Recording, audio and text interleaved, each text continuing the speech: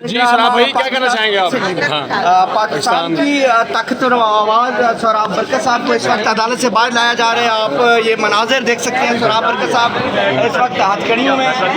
सोहराब भाई, ये सोहराब भाई क्या कहना चाहेंगे सर? ऑर्डर तो नहीं आया। देखिए, बहुत शुक्रिया। सबसे पहले तो तमाम लोग जो सोहराब के लिए दुआ कर रहे थे और इस उम्मीद से थे कि जल्द अज़ जल्द उनका फ़िज़िकल रिमांड जुडिशल में कन्वर्ट होगा ताकि हम आगे बेल अप्लाई कर सकें और वो वापस अपने घर वालों तक खैर खैरियत से पहुंच सकें। अस्सलाम वालेकुम सराब भाई, क्या केस बनाया आपके ऊपर, क्या कहना चाहेंगे? मुझे खुद नहीं पता। अभी तक नहीं अपडेट आई? कह रहे आपने इंटरव्यू किया, मैंने कहा मेरा और काम क्या था। फिर क्या नौकरी दे। अच्छा अच्छा सर, अंदर एटीट्यूड कैसा है आप लोगों के साथ? सर, कल खाना भी नहीं दिया जा रहा था। अच्छा, ये मुझे नहीं पता, लेकिन वेरी प्रोफेशनल। सर, आपके वुकला को बिठाया गया था और कह रहे थे कि जी आप दोबारा आए तो हम आपको भी अंदर बिठा देंगे। अच्छा, इस चीज़ का मुझे नहीं पता। नहीं पता? इस चीज़ का नहीं पता, लेकिन जो भी बारह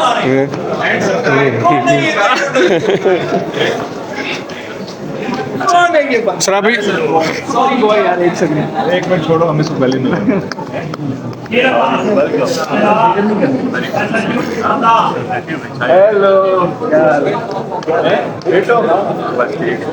आपको क्यों अरेस्ट किया गया? सर, ये मुझे आपको पता चले मुझे भी बताएं। इसको इसी वजह से अरेस्ट किया कि जिस वजह से खान साहब को जेल में डाला है। आपने इंटरव्यू किया है, मैंने फिर FIA में नौकरी दिया मुझे। मैं और करूँ क्या? तो उसके बाद क्या जवाब दिया नौकरी बस? देखिए, बहुत शुक्रिया। सबसे पहले तो तमाम लोग जो सोहराब के लिए दुआ कर रहे थे और इस उम्मीद से थे कि जल्द अज़ जल्द उनका फ़िज़िकल रिमांड जुडिशल में कन्वर्ट होगा ताकि हम आगे बेल अप्लाई कर सकें और वो वापस अपने घर वालों तक खैर खैरियत से पहुंच सकें, उन सब के लिए जिसने भी दुआ की, जो दुआएं कर रहे हैं, सबसे पहले तो उनका शुक्रिया। उनकी दुआओं की वजह से आज अदालत ने सोहराब बरकत साहब को FIA की कस्टडी में से निकाल के तो जुडिशल कर दिया, यानी कि अब जेल भेज दिया है और कहा है कि FIA की कस्टडी में अब ये मौजूद नहीं रहेंगे और अब इनकी बेल अप्लाई कर सकते हैं। और जिस वक्त हम अब ये बात कर रहे हैं, अब से तकरीबन 15 मिनट पहले ये ऑर्डर हुआ है और हमने बेल ऑलरेडी फ़ाइल करने के लिए भेज दी है। तो उम्मीद है कि अगले चंद दिनों के अंदर उस बेल के ऊपर भी कार्रवाई होगी। और हम हर रोज़ अदालतों में पेश भी होते हैं, अदालतों की तनकीद भी करते हैं, जजेस के साथ इख्तलाफ भी रहता है, लेकिन आज जिस तरह जज साहब ने हमारा मुकदमा सुना, जितनी पेशेंटली उन्होंने सुना, उन्होंने दलाइल को अप्रीशिएट किया, तफसीली रिकॉर्ड देखा और जब तमाम चीज़ें उन्होंने देख लीं तो उन्होंने मुतल्लिका FIO से जो IO है FIA का, NCCI का, उससे सवालात पूछे। उसके पास कोई मौसर जवाब नहीं था कि किस जुर्म में। दिया तो है कि siyaset.pk में काम करते हैं, इसलिए हमने इनका तो हमने फिर ये वाज़ेह किया कि किसी इदारे में काम करना तो किसी से जुर्म नहीं हो सकता, और अगर काम करते हैं तो फिर आपने बाकी सबको क्यों नहीं उठाया, इनको। तो दलाइल हुए तो अदालत ने इस बात को अप्रीशिएट किया कि वाकई केस में कोई मेरिट्स नहीं है। कोई शख्स अगर किसी का इंटरव्यू कर ले तो उस इंटरव्यू में दूसरे शख्स ने क्या बात किया, आप उसके ऊपर शायद कोई कार्रवाई कर सकते होंगे, लेकिन सवाल पूछने वाले से नहीं कर सकते। साथ ही साथ इससे भी ज़रूरी बात, क्योंकि हमारे पास इस्लामाबाद हाई कोर्ट के 2 ऑर्डर्स मौजूद थे जिनकी खिलाफ वर्जी हुई। सोहराब बरकत साहब को बाहर जाने से रोकने में भी उसकी खिलाफ वर्जी हुई, अरेस्ट करने में भी उन ऑर्डर्स की खिलाफ वर्जी हुई, और हम इस्लामाबाद हाई कोर्ट में कंटेम्प्ट अभी भी आर्ग्यू कर रहे हैं जस्टिस मोहम्मद आसिफ साहब के सामने। तो इस सारी सिचुएशन के अंदर अदालत ने यहाँ पे इस बात को भी अप्रीशिएट किया कि FIA की, NCCIA की जो कार्रवाई है सारी, वो इस्लामाबाद हाई कोर्ट के उन ऑर्डर्स के भी ख़िलाफ़ है जो ऑलरेडी इनफील्ड हैं। साथ ही साथ हमने ये भी वाज़ेह किया कि सोहराब को जब गिरफ़्तार किया गया इस्लामाबाद एयरपोर्ट से, तो उसको 24 घंटे में एक मैजिस्ट्रेट के सामने पेश करना था जो इस्लामाबाद की हुदूद के अंदर होना चाहिए था। इस तरह की कोई कार्रवाई नहीं हुई। ये आइन के अंदर प्रोटेक्शन है, ये कोई कार्रवाई नहीं हुई। अगर आपने उसको इस्लामाबाद से लाहौर लेके आना था किसी FIR के अंदर, तो राहदारी रिमांड लेना ज़रूरी था, वो भी इस्लामाबाद में एक मैजिस्ट्रेट से लेना ज़रूरी था, वो भी इन्होंने नहीं किया और बिल्कुल गैर कानूनी तौर के ऊपर गिरफ़्तारी करके इस मुकदमे में मुलव्वस किया गया। और जो FIR है, उस FIR के अंदर सोहराब बरकत साहब के ख़िलाफ़ सिर्फ 2 एलिगेशंस हैं।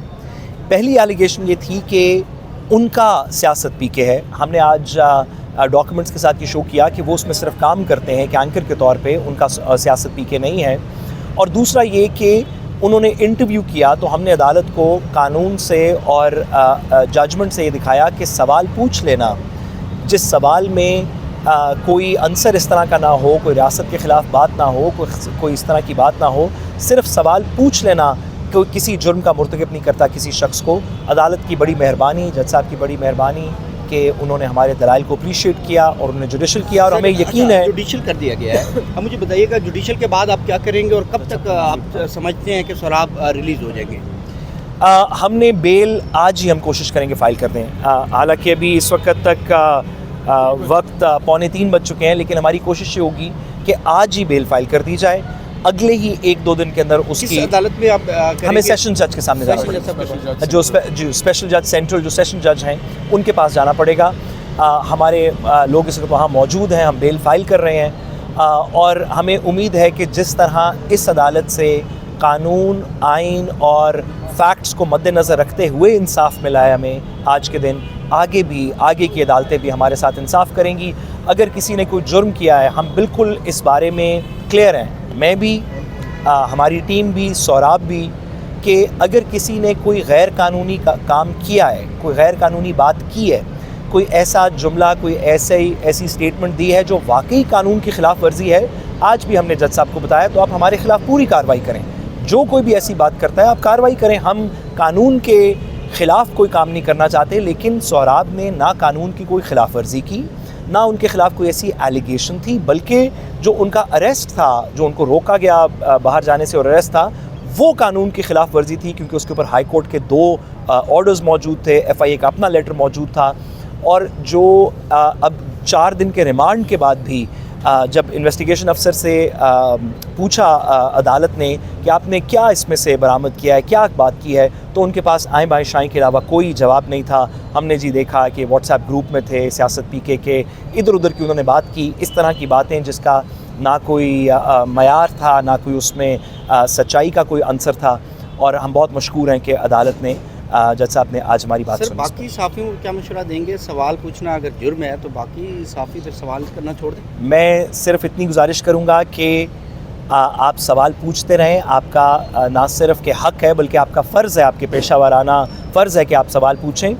और अगर किसी वजह से हम जिस एनवायरनमेंट में रहते हैं, अगर इसमें FIA या इस तरह का कोई NCCIA, कोई PICA रिलेटेड कोई ज़्यादती कर भी दे, तो आज सोहराब के रिमांड के ऑर्डर में, जुडिशल रिमांड का ऑर्डर इस बात की दलील है कि सब कुछ कर लेने के बाद भी अदालतें अभी भी रिलीफ अगर मेरिट्स के ऊपर बात हो तो दे रही हैं, और सहाफ़ियों को इस बात से उम्मीद लेनी चाहिए कि आप जो भी करेंगे, अगर रियासत या हुकूमत या FIA किसी वजह से आपके साथ कुछ ज़्यादती भी करती है, तो इस पोस्ट 27th अमेंडमेंट वर्ल्ड में भी अभी भी ऐसी अदालतें मौजूद हैं जो रिलीफ प्रदान करेंगी। बहरहाल सर, आज मैं बड़ा मुतासिर हुआ आपके दलाइल देख के।